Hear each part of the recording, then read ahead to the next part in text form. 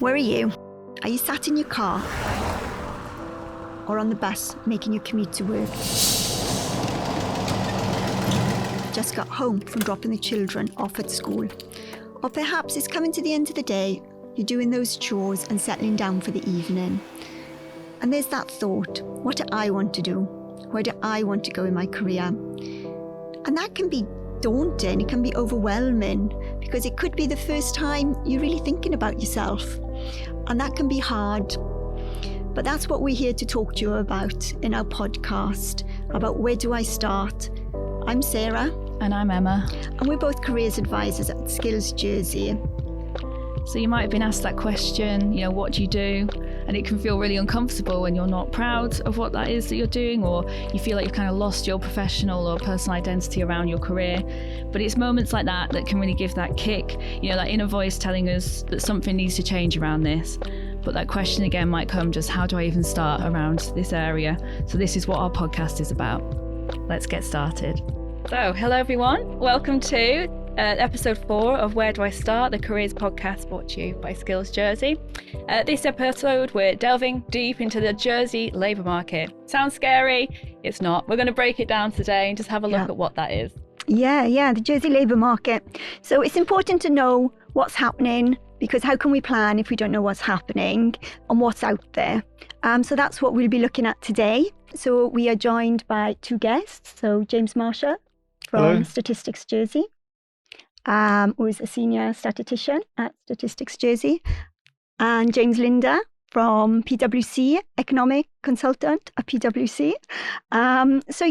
So we'll be chatting to you both about all about the labour market, but slightly different topics, different angles. So I know we've just had the 2021 census results in and published.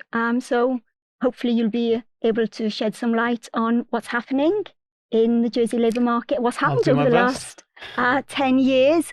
And then we know, James, you've been doing some research with PwC into skills the island of Jersey will need in the future. So if you could tell us more about that as well. Yeah. A bit of a split, isn't it? Yeah. 10 years to now and then 10 years ahead. Yeah. And we're going to have to distinguish you somehow. I think James M, James L somehow, so people don't get confused. But I think if we start by looking into the past, like you were saying, with the census coming out, there's obviously loads of data gathered in that. But before we kind of break that down a little bit, do you want to just kind of explain a little bit more about what you do and how you kind of got into your role? Yeah, sure. So Statistics Jersey is the central statistical office for Jersey. I'm a statistician there, and I've been there for the last few years. I've come from a sort of maths and computer programming background, so I sort of focus more on the technical side, but we cover a wide range of things, going from sort of designing a survey, thinking about what sort of questions we want to ask, and then running the survey, analysing the results, and writing reports. So we sort of go from start to end with it. Mm-hmm.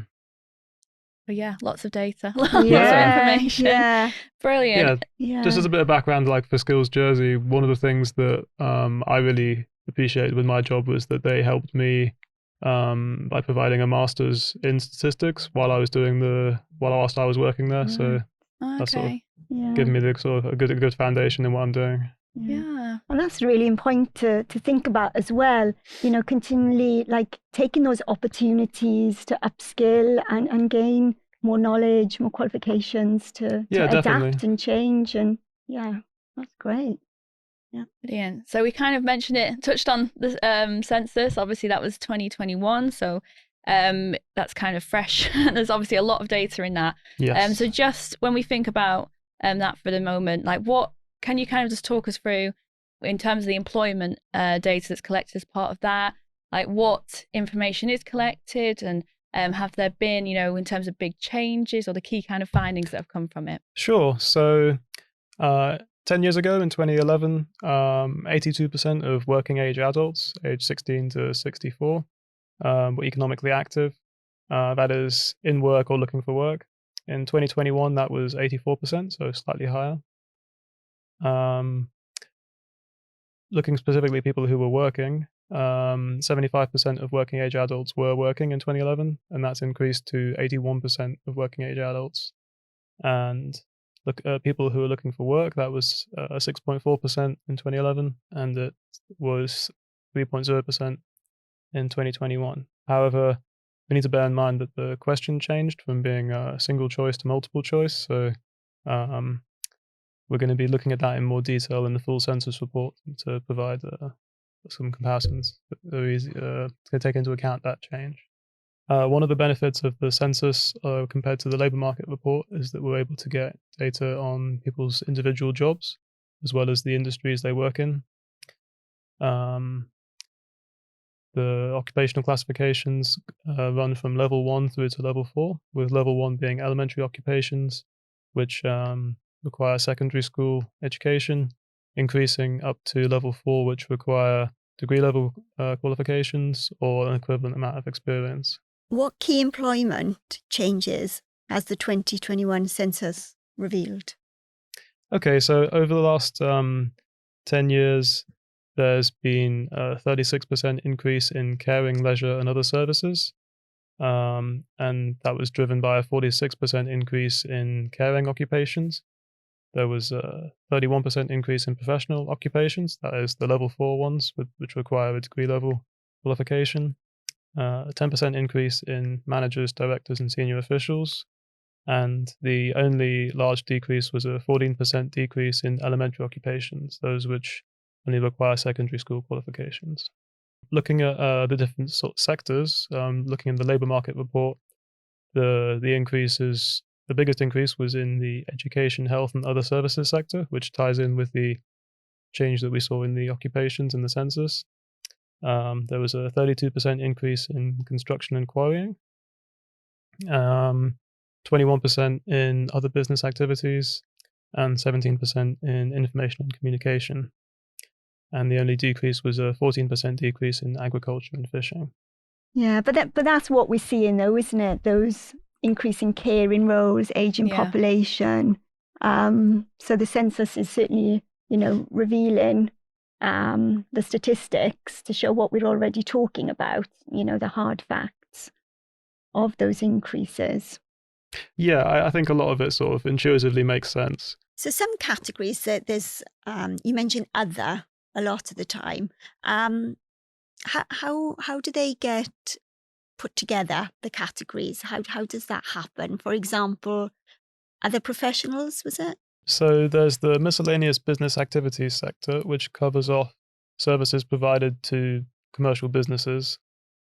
These include things like real estate activities, management consultants, architecture and engineering, advertising, renting of buildings, employment activities. So that includes things like employment agencies to find you work and also temporarily employed agency staff, travel agencies, security, cleaning activities, office administration, so secretarial work. So it's quite a broad range of things. And then we've also got private education, health, and other services, which is more about services that are offered to individuals. So as well as covering off education and health, this includes things like social care. It includes creative and entertainment activities. Includes things like sports, gambling, and also activities like hairdressing, clothes washing, tattoo services, like quite a lot of individual services. But within those sectors, you said about elementary occupations decreasing. But within sectors as well, when you look at statistics, I often find, I don't know about you, I'm like, well, how's that increasing? And in the same sector, it's decreasing, but it's telling me it's decreasing, but those jobs are increasing. So there's change within a sector as well, isn't well, there? Yeah, there can be a change in how the jobs within a sector are distributed. So looking at the process plant and machine operatives occupational group, in the census, there was a 2% decrease from 10 years ago. Looking at the subgroups that make up that group, we can see that there was a 17% increase in the plant and machine operatives, but there was a 10% decrease in drivers. which make up the other part of that group. Good to have that breakdown, because you can just label a sector, can't you, quite broadly, but there's a lot actually happening within it. And like you say, a lot of changes going on at different levels and different areas. Well, yeah, that's one of the things that we are able to go into more detail on in our labour market reports at the moment. And in the full census report that we'll be publishing at the end of the year, we're hoping to go into more detail in terms of the different industries and the subsectors. Brilliant. So if I was sat at home now, just, planning, I can like look at my career, look at what's happening. How can these reports help the person at home maybe with their career plans? Well, it can be helpful to see both what's available right now in terms of which sectors are bigger, and you can also see changes over the last few years, which give you an indication of the general direction that things seem to be going in certain sectors. Mm-hmm. It gives you some idea of what's quite likely to happen in the future, but of course that's whether it continues on that trend or not is another discussion. Yeah, absolutely. So, and all these reports can be found on gov.je, is that right? Yes, that's right. So we publish our statistics on gov.je at gov.je/statistics. We publish the headlines on the web pages, and we've also got interactive charts. And you can download the reports from the web page, and we publish the data sets online on opendata.gov.je if you want to download them as spreadsheets. And we also are on Twitter at JSYStats. And you can contact us at statistics@gov.je. Brilliant, good to know. Yeah. So I think for a lot of people, like having a look at like statistics can be a bit scary. It can be a bit scary when actually there's loads of information out there that, I've seen the reports, they're really kind of digestible and approachable for a lot of different people, which is great. Now looking ahead then for the next 10 years, over to you, James. Can you tell us more a bit about your role and what you do? Yeah, of course. So I'm an economist for PwC. So in that role, I do things like economic development strategy, but also a lot to do with looking at the impact of different technologies on the labour force and doing impact assessments of, say, spending on one sector or one policy change on the wider economy. So that's my role. Previously, I used to work at Digital Jersey, where I supported them in their strategy work and policy work. So looking at how you grow the digital sector and how do you have like skills-led growth, and what are the technologies which are likely to disrupt Jersey specifically. And then in terms of education, I studied economics and politics, which Okay, interesting, really interesting work though. A lot of the work we've been doing is forecasting out what's going to happen to employment and the type of skills that people will be doing and the industries which are likely to grow or shrink as a result of kind of mega trends. And really the local employment market is seeing the same sort of trends as the international one. So the effects of an aging population, which builds on what James, you're saying around growth in health and social care in particular. But also the transition to a green economy is having an effect, and kind of the digital revolution is also. So they're the kind of the three like mega trends which are affecting our workforce, and then to a lesser extent the impact of remote working. So the ability for people who are from Jersey to perhaps move abroad and do their job there, but also people to move back to Jersey and work for international organizations, which kind of make them kind of almost like location agnostic in the work they're doing. So breaking those three down individually, we looked at how employment is likely to change over the next 20 years and what the drivers will be from a demographic standpoint. And that we looked at it through the perspective of how many people are likely to be over the age of 65 and what their consumption demands will be. So roughly 50% of jobs being created going forward are likely to be servicing the needs of those people over the age of 65. So usually things like social care, healthcare, well-being sort of roles. So there'll be a lot of demand for employment growth in that area. The next one is around the impact of technology on all our roles, but more the tasks that we're doing. So I think it's roughly 16,000 jobs in Jersey are likely to be impacted by the adoption of technology. That's not to say they'll be automated. It's more to say that elements of their tasks could be automated, so they'll have to be retrained or re-skilled. It's also important to note that most evidence points to that technology transition creating more jobs than it loses. So a lot of people think that jobs will be automated, but actually they will be automated, but more jobs will be created as a result of it. And the third part is that green transition, which will probably have a smaller effect on the employment landscape, but quite a big impact on the kind of skills that people need. So over the next decade, we're expecting roughly 500 new jobs to be created to support the green transition locally. That's quite a lot. And roughly for every one job lost in a sunset industry, 3 green jobs are likely to be created. So that's kind of where we see that going. So yeah, again, similar to digital in that more jobs are being created than are being lost through these transitions. Right. The other thing just to point out is because of that demographic trend, you're seeing a lot of people move into retirement. So it's definitely becoming a market which is better for those looking for jobs than employers. So it's there's lots of jobs and not enough people. So it's definitely if you're leaving school now, it's probably easier to get a job now than it has been in the past. More likely get easier as that those baby boomers move into retirement. Yeah, and it's true. You know, we've been speaking to some large companies on Ireland, and they talking. You know, historically they've had no movement in staff, and then they're like, we've got to plan, seriously plan, because even in the next 5 years. Like they've got, like one company said they've got 17 like senior, very experienced staff leaving. So, and that takes a long time to plan for, reskill for. So, yeah. And certainly some sectors in the economy have a much larger dependency on an older workforce. So if you looked at the average age of a taxi drivers, for instance, that's much higher than, say, in hospitality, where it tends to have a lower, younger profile of a worker. So some of those sectors definitely have more succession planning problems than others. But again, it's an opportunity then to move into those sectors. Yeah. So exciting when you're looking at your career and you're planning, lots of opportunities then, lots of opportunities.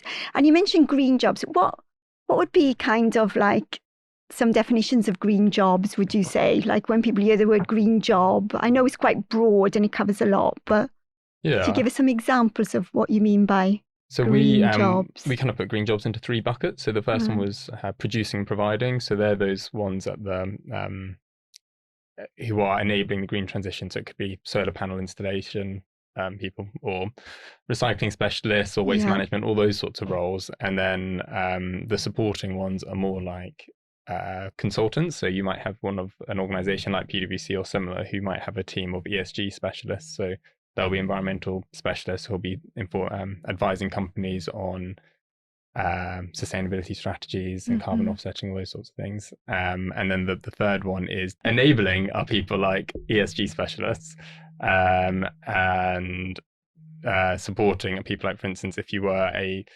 financial services company and you had investment managers who specialize in environmental investing, so their job has actually transformed because you're now pushing that transition forward. So the 3 buckets. I've seen quite a few jobs advertised recently for sustainability consultant for companies as well. So it's starting already, isn't it? Those job openings coming definitely. Up. So we did some work earlier this year looking at how Jersey's labour market and Guernsey's labour market is changing relative to elsewhere in terms of the green transition. And really what that found is we are largely keeping pace with what's happening in the UK. So we've seen, I think it was just over 200 green jobs created over the last 2 years. The bulk of them have been in producing and providing, but certainly the growing number are in areas like adapting and supporting, because we're seeing really interesting roles in government, like sustainable transport policymakers, but also in industry, lots of roles being created in sustainable investment management and consulting and similar.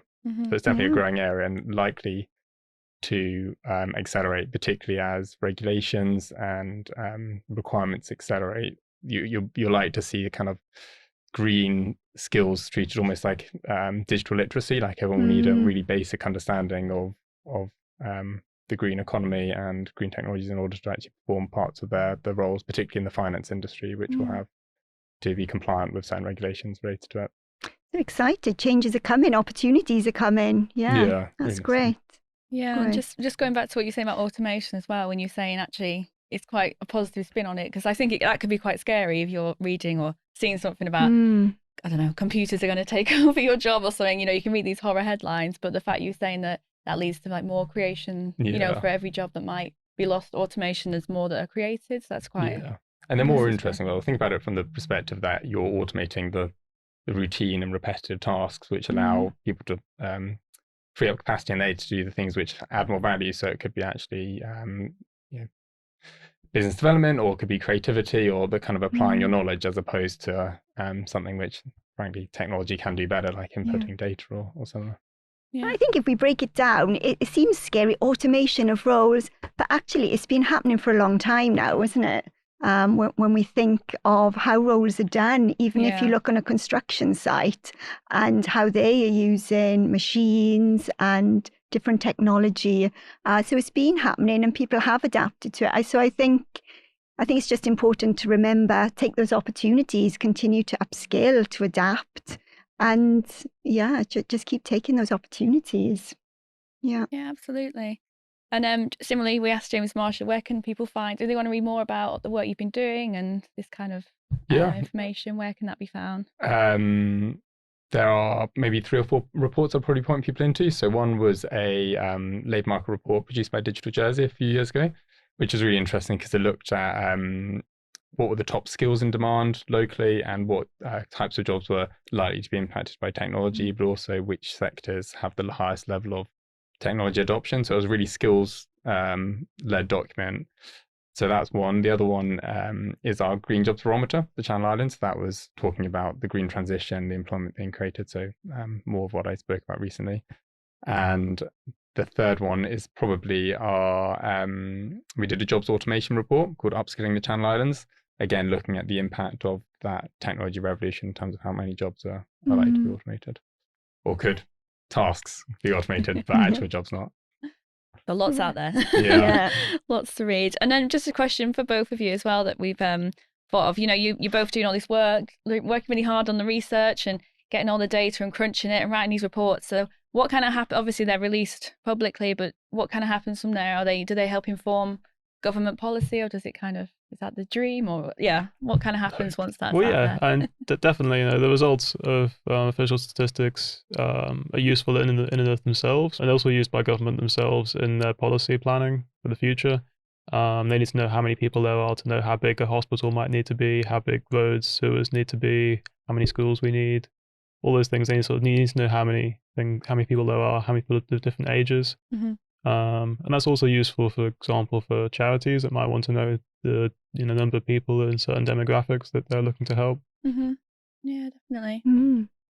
Yeah, and similar, useful in terms of looking at the types of curriculum that should be delivered in our schools, and where, if employment is likely to continue growing in health and social care, how we can provision that, but also things around migration policy. So what skills do we need in the future to support that aging demographic, and also interventions around upskilling, reskilling. So if we're likely to see one sector disrupted more than others, which is the case, so like transportation is likely to be quite affected by both the technology revolution, but also the green transition. So there should be more targeted intervention to support people in those sectors to upskill and into either different sectors, or to adapt to the kind of new roles being created in those sectors. Yeah. How exciting are your roles, though, having this impact? Yeah. That's great. Yeah, great. And just one more question, for both of you. What inspires you in your work? Whichever James wants to go first. Well, it's like you were saying, I'm passionate about my job, and I'm really interested in looking at the numbers, but also how we can use those numbers to help the public. So I find that very fulfilling, being able to sort of help other people through the work we're doing. Yeah, absolutely. Yeah, it's fascinating. Yeah, and kind of similar. So I think it's really interesting work because it almost answers some of those bigger questions around why things are the way they are when you're looking at it from that lens, but also hopefully having a positive impact on the wider society by kind of looking at some of the bigger problems that we're facing around the green transition and automation, other areas. So just hopefully having a positive impact. Maybe not. No, absolutely. I think you both definitely are. Absolutely. Yeah, absolutely. Yeah. Because unless people see it in print, see those facts, those figures, that research, how else can things change? So yeah, absolutely important work. Yeah. So thank you for this episode and being brilliant guests. The next episode we're going to be looking at taking that plunge. So we've kind of so far looked at skills, values, barriers you might be facing, and then also just like this episode today, looking at the wider kind of labour market here in Jersey at the moment. For this next episode, me and Sarah will be talking you through kind of those practical tips, tools. You might have seen that job that you're really interested in, or you're thinking about how can I go about creating these opportunities that I want, we're going to have a really inspirational guest joining us to help us with that conversation and talk about their experience. So we look forward to welcoming you then. Yeah. Thank you for listening to today's episode of the Where Do I Start podcast, brought to you by Skills Jersey. We hope you've enjoyed it. We'd love to hear your thoughts about today's episode, so please feel free to contact us either through our social media accounts on Facebook, Twitter, LinkedIn and Instagram, or you can email us skillsjersey@gov.je. Thank you.